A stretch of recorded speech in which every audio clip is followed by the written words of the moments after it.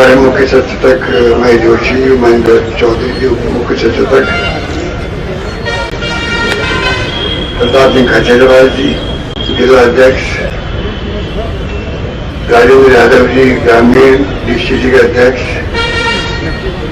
गणेश मोगरा जी यूथ कांग्रेस अध्यक्ष, अभिषेक चौधरी जी एनएसयू अध्यक्ष, रहना रियाज जी महिला कांग्रेस अध्यक्ष, मुनीष गुजर जी, श्रीमती तेजिल महापौर, शिवदल के अध्यक्ष पारिक जी और मेरे तमाम मंत्रिमंडल के साथीगण, विधायकगण, सांसद,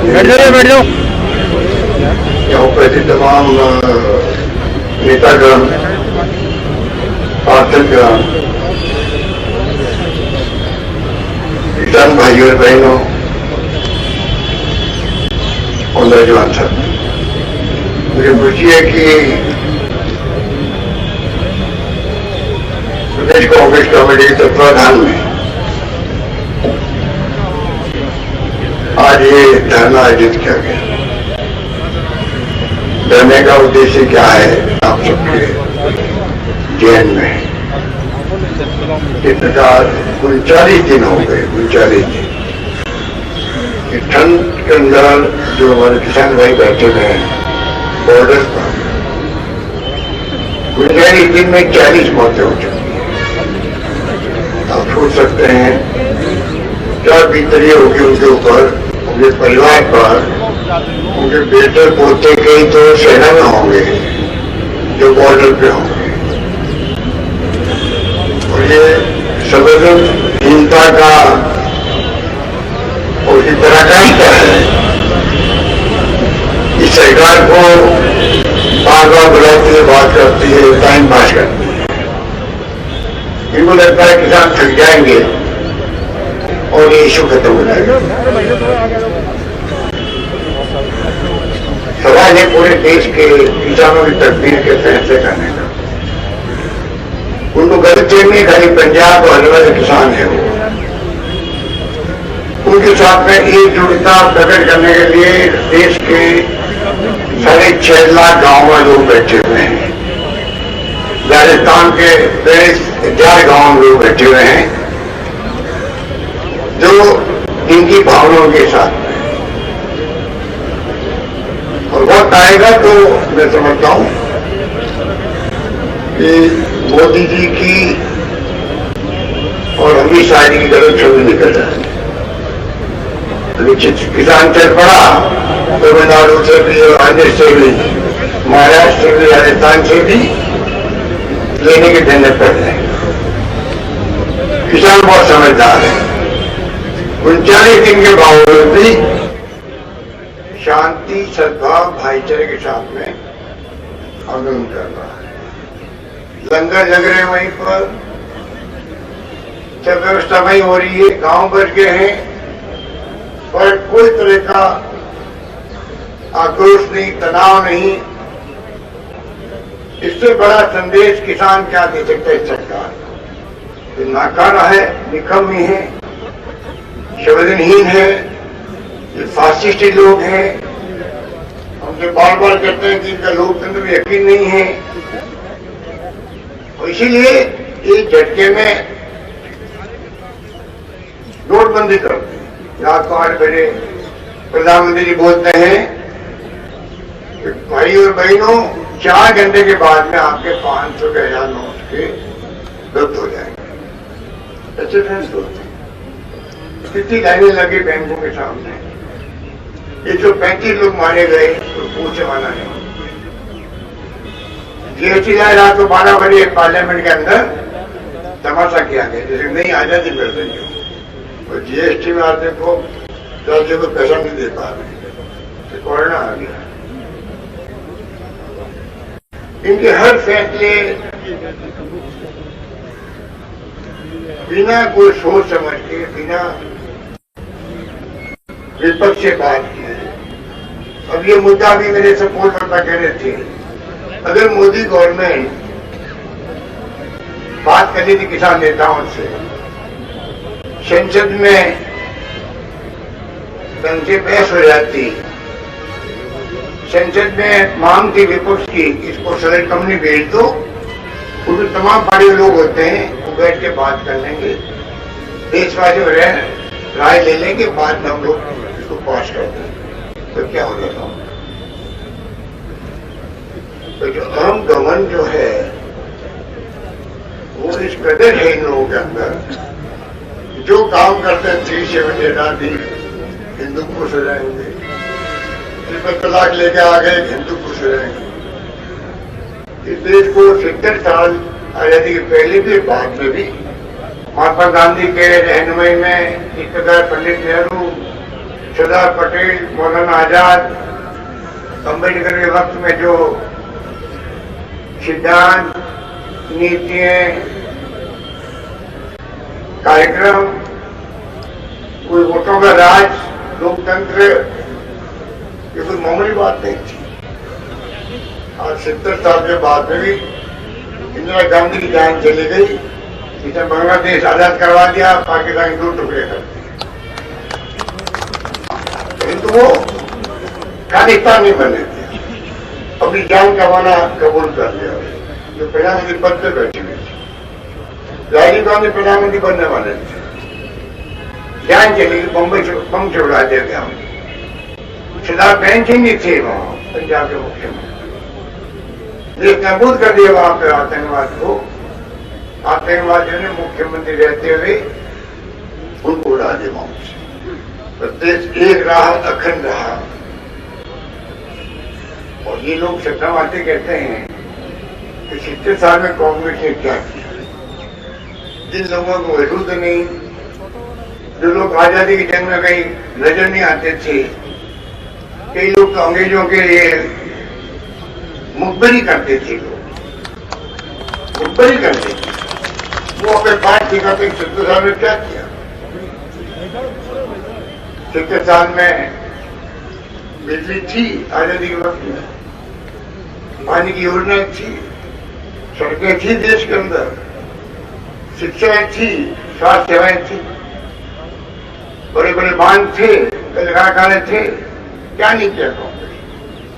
पंडित नेहरू की दूरदृष्टि थी, सब कुछ हुआ। क्योंकि जब आप कहना सब प्रवृत्ति की भावना रखते हो दिल के अंदर, दिमाग के अंदर, फिर वही बात आती है कि जनता को जो हम कहेंगे ताली बजाओ, ताली बजाए, थाली बजाओ, थाली बजाए, दिया जलाओ, दिया जलाएंगे, क्योंकि हिंदू राष्ट्र की बात है। इस देश को हिंदू राष्ट्र की तरफ ले जाना चाहते हैं, जो कि असंभव है। ये मुस्लिम, हिंदू, सिख, ईसाई उसकी बात करते हैं, जबकि हमारा मानना है कि जो गुलदस्ता होता है बगीचे के अंदर तभी सुंदर होता है, तब अलग अलग कलर के रंग होते हैं।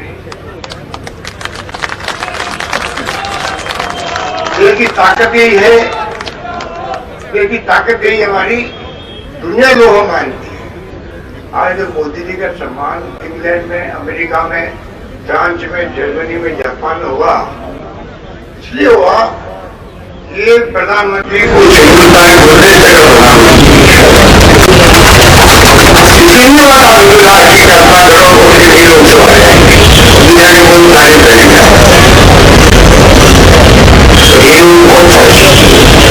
मैं आपको ईमानदारी से कहना चाहता हूँ कि देश को बर्बाद कर तो कुछ आगे की बात नहीं, देश को बर्बाद कर रहे हैं। देश को बांटते हिंदू मुसलमानों के अंदर, आने वाले वक्त में पता नहीं क्या होगा, कोई नहीं कर सकता।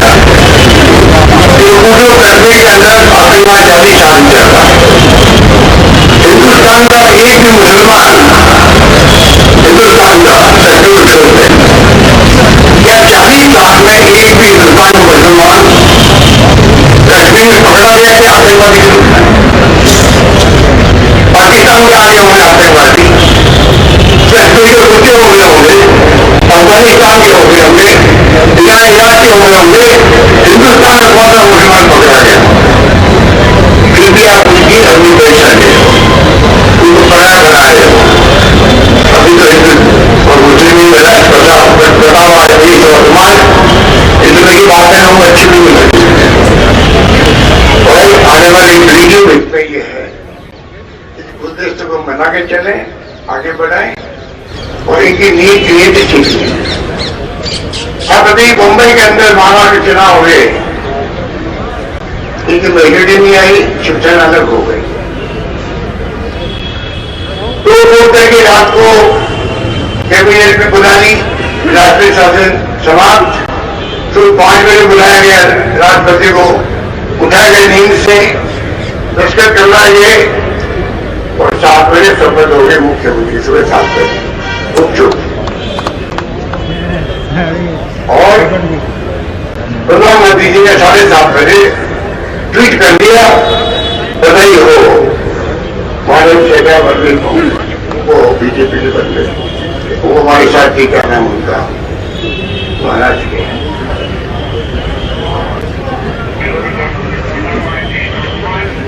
फर्नांडीज साहब, फर्नांडीज साहब सरकार बनाइए, शपथ ले लिया आपने। और फर्नांडीज साहब वहां पर जवाब दे रहे हैं, मोदी है तो मुमकिन है। आप सोच लीजिए, मोदी है तो मुमकिन है। सुबह 6:30 सामने शपथ हो रही है, आप बताइए, कमाल हो गया। दुनिया में क्या सोच रहे हो लोग, इस देश में सब कुछ संभव है। अमेरिका में होंडी मोदी, तो उनका हाथ पकड़ी तो घुमाते जा रहा हो। ट्रम्प वो मेरे ख्याल से ज्यादा बुजुर्ग है इनसे भी, घुमा दिया बोलो। अगली सरकार ट्रम्प सरकार, हमारी जनता तेजी बढ़ा दी वहां पर, ट्रम्प साहब उधर गई।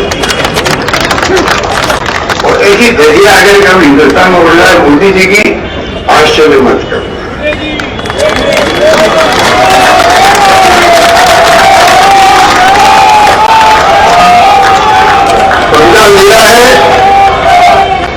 पंद्रह लिया है इस बार किसानों से लिया, किसानों से। इसमें राजनीति नहीं है, ये खाली ताली नहीं है, ये सांप्रदायिक नहीं है, इनको कोई भड़का नहीं रहा है। ये समझदार लोग हैं, उनको आप क्या कहते हैं, ऐसी भाषा बोल के दंगे भड़का दिया हम दिल्ली के अंदर कई लोग मारे बेचारे। तो मैं कहना चाहूंगा, हालात बड़े गंभीर हैं, आपको उनको सोचना पड़ेगा। ऐसे लोग आगे हैं जो जिनका कब्जा जुडिशरी पे किया, जुडिशरी में प्रभाव डालते हैं लोग, एक बार सक्सेस हो जाते हैं। इनका इलेक्शन कमीशन में प्रभाव डालते हैं, सीबीआई, इनकम टैक्स, ईडी तो इनके जेब के अंदर है, इशारा करते हैं जाइए और छापे डालिए। सीधा फोन आता है गृह मंत्री और पीएम से, आप बताइए ये लोकतंत्र है। हर व्यक्ति आज बात करके चमकता है, भाई फेस टाइम पे बात, वास्तव में बात करो। ये स्थिति क्यों बनी देश के अंदर? इसलिए मैं कहना चाहूंगा कि ये आज जो आप बैठे धरने पर, ये धरना जो है कि किसानों को एक संदेश देने का है कि पूरा देश, पूरा प्रदेश के तमाम कार्यकर्ता आपके साथ एकजुट हैं, आपके संगठन साथ हैं।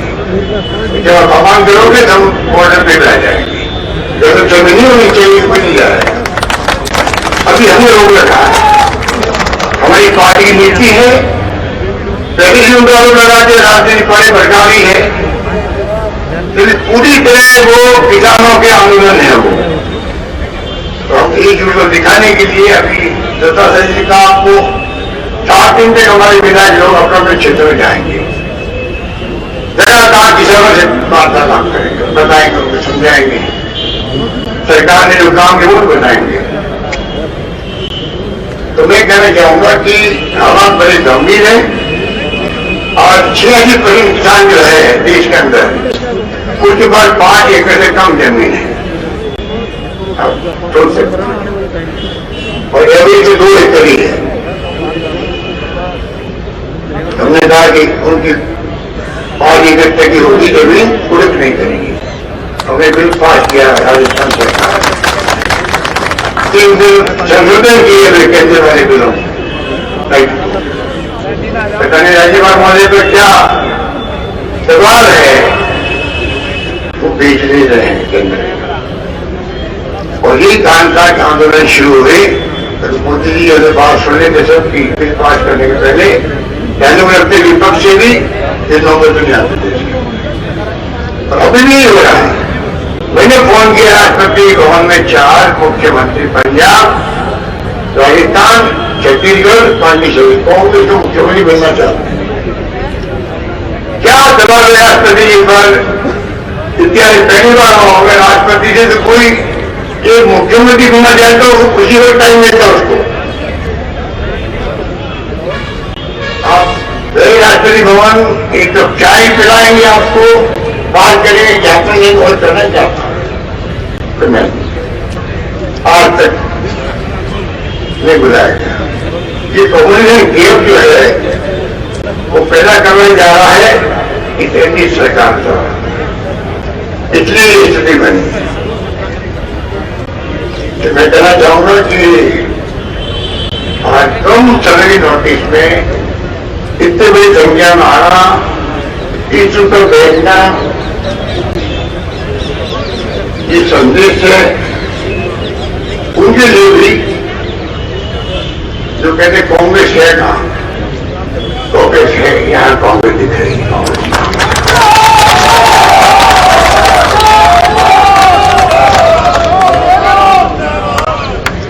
दिल्ली के मीडिया की चक्कर में नहीं आना पड़ेगा। ये जो मेरे सामने मीडिया वाले ले रहे हैं, हमारे शॉट ले रहे हैं, इनके चक्कर में नहीं आना है। ये तो दबाव में मोदी जी के इन्हें नाम पड़ गया है मोदी मीडिया। मोदी मीडिया की तरह ये खबर देते हैं, क्योंकि मोदी जी के और सरकार में पूरी मॉनिटरिंग होती है कौन सा मीडिया क्या बता रहा है। इतने घबराए हुए हैं, हमारे छापे नहीं बदला है। इनका कसूर नहीं है, ये बेकसूर लोग ही बेचारे दबाव में है, क्या कर सकते हैं। तो मैं आपको कहना चाहूंगा कि इसके चक्कर में नहीं आना पड़ेगा। न्यूज सुनो और विश्लेषण करो वास्तव में सच्चाई क्या है। और हिंदुस्तान के लोग क्या अनपढ़ हो, क्या कम पढ़े लिखे हो, अक्ल और शाही में उनका कोई मुकाबला दुनिया में कोई मुल्क कर ही नहीं सकता।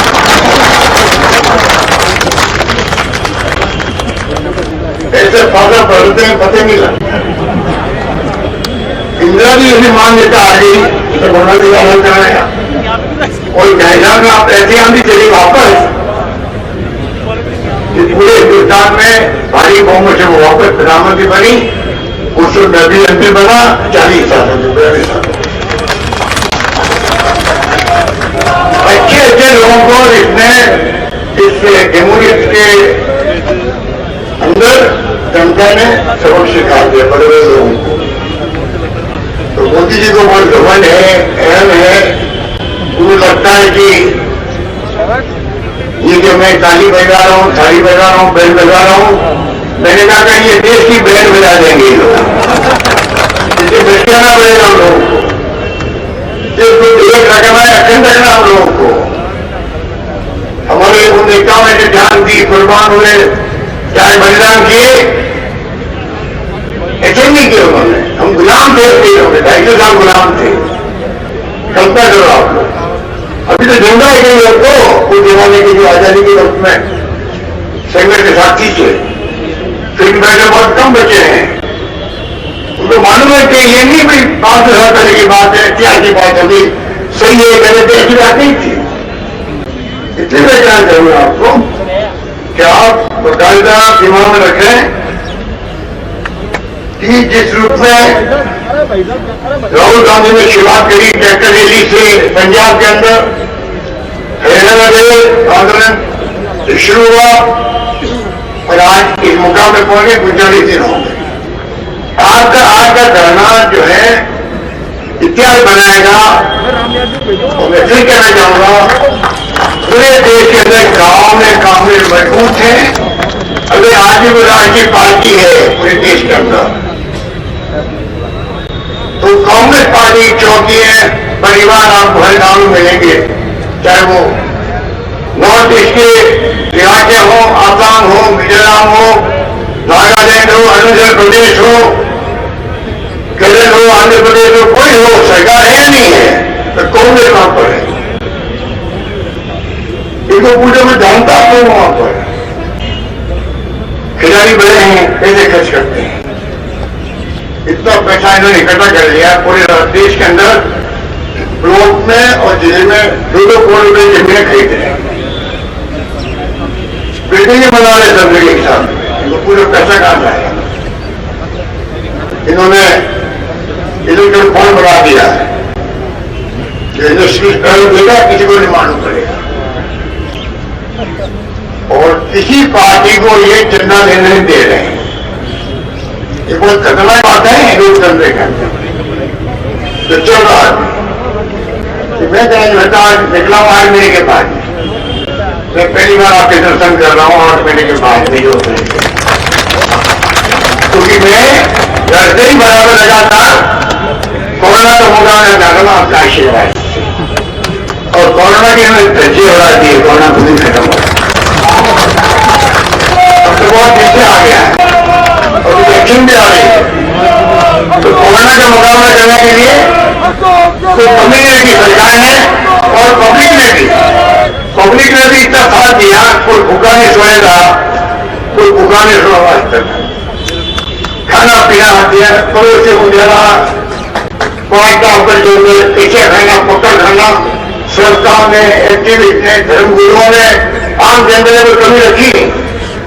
लॉकडाउन लंबा चला था, कैसे बोल सकता है? हमने भी यहाँ पर तेलुगु समाज का यहाँ पे स्वास्थ्य मंत्री को कमी नहीं रखी। आईसीयू के बेड बनाना हो, वेंटिलेटर की व्यवस्था करनी हो, टेस्टिंग के लिए हम लोग जाते थे पूना, कोरोना टेस्ट के लिए। आज 7,000 टेस्ट पर डे कर सकते हैं कैपेसिटी में करने के लिए। तो मैं कहना चाहूंगा कि कृपा करके, क्योंकि अभी कंट्री भरे माहौल बना दिया, कांग्रेस तो खत्म हो रही है।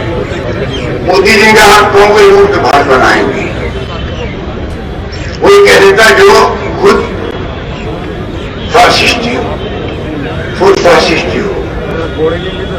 अगर लोकतंत्र विपक्ष नहीं होगा आप क्या कर लोगे अकेले? लोकतंत्र विपक्ष की भूमिका बहुत बड़ी होती है। हम सत्ता में रहे हैं, सत्ता के बाहर भी हम लोग हैं, हमारी अपनी अलग भूमिका निभाएंगे हम लोग।